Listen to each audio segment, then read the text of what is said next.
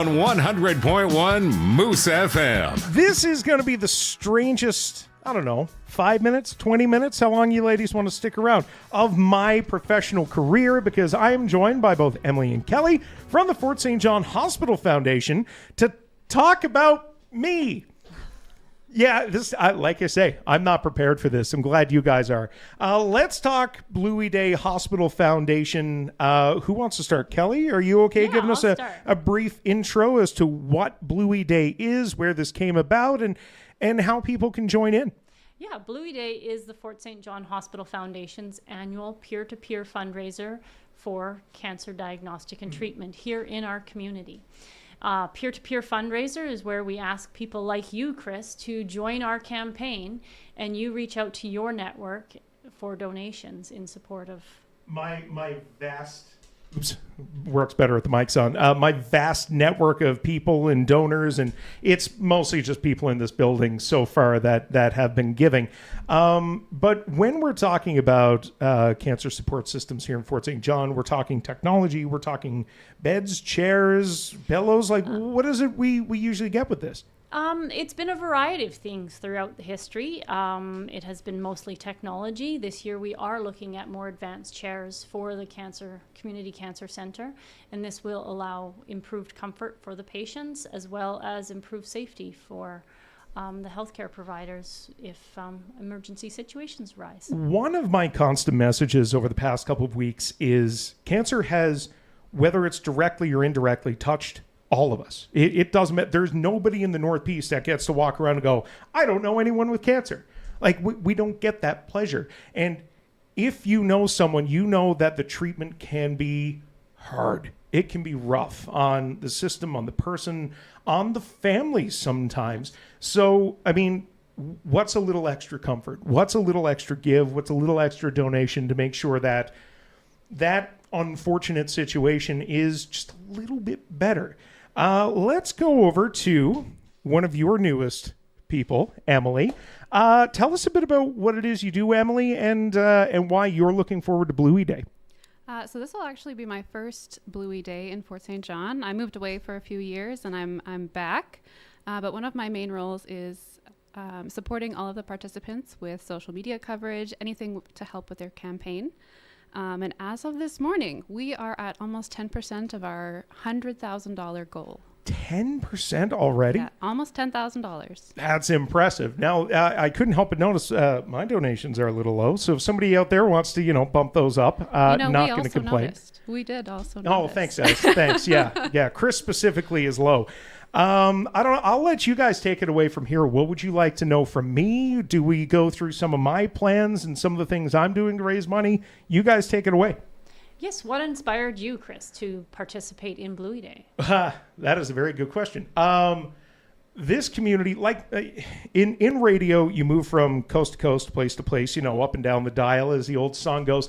And Fort St. John has supported my family like I cannot put words into. And I don't just mean the building here. I mean those in the community, the people that come out, that call in, that laugh, that carry on. And this is one of a few ways that we can give back.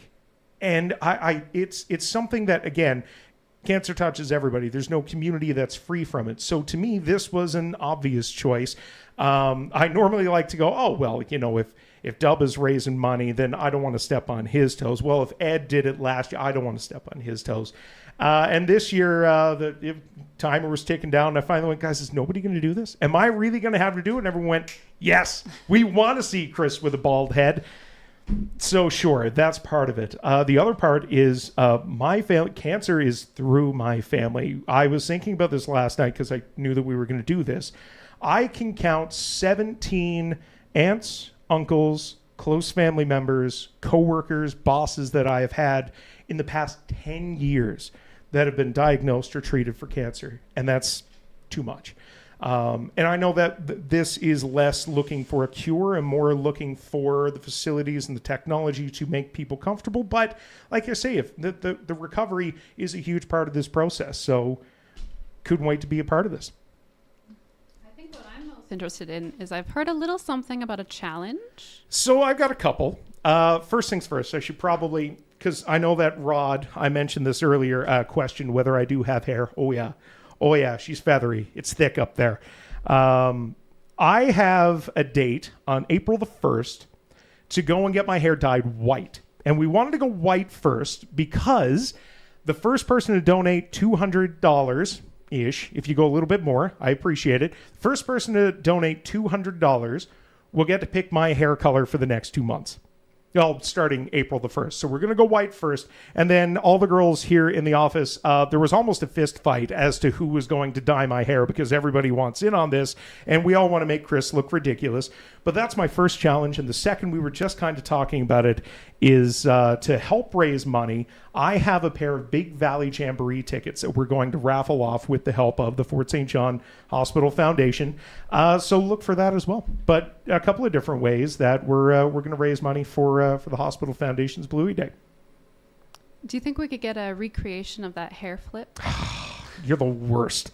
If you don't know what we're talking about, this turned into a thirst trap with none of the thirst. It was just a trap, let's be honest. Somebody again questioned whether I had hair, and Katarina went, "Oh, we should do like a slow motion hair flip." So it turned out very awkward for me. But yes, I mean, if you want the full hair flip, I do it half a dozen times a day. It's just strange to do it on camera.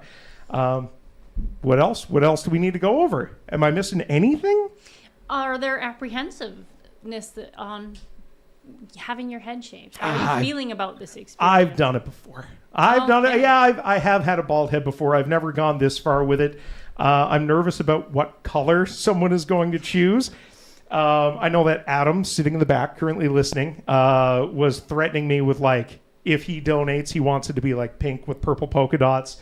There's been the threat of like zebra stripes and a couple like random little black patches. So yeah, I'm a little nervous about that, considering the amount of, out in the community I have to do over the next few months. But no, it's going to be fun. He said with a question mark. I think it'll be fun. It's going to be fun. It's going to be something. Chris, you make everything fun. I try. I genuinely try. But yeah, I mean, we'll see. Emily? I think that's all I have. That's it from you. Kelly? Yeah, welcome to the Bluey Day Welcome team. to Bluey Day. Yeah, I'm Yeah. looking forward to, all the photo ops and the getting up on stage and shaking hands. Huge shout out, by the way, to Kelly Fell, who did donate $100. Now that she knows that my hair color could be up for grabs, I don't know if she wants to donate more. I'm not asking, but again, keep a close eye out for the Moose FM Facebook page. Specifically, that's where we'll post any updates. Watch for my I think I put the link to donate in this video. So if you're watching this online, you should be able to just click and donate. And we'll see where this goes from here. Ladies, thanks so much for coming in. Thanks for covering my Bluey Day. This is going to be an experience. I can't wait. Thanks Thank for you, having Chris. us. Thanks, ladies.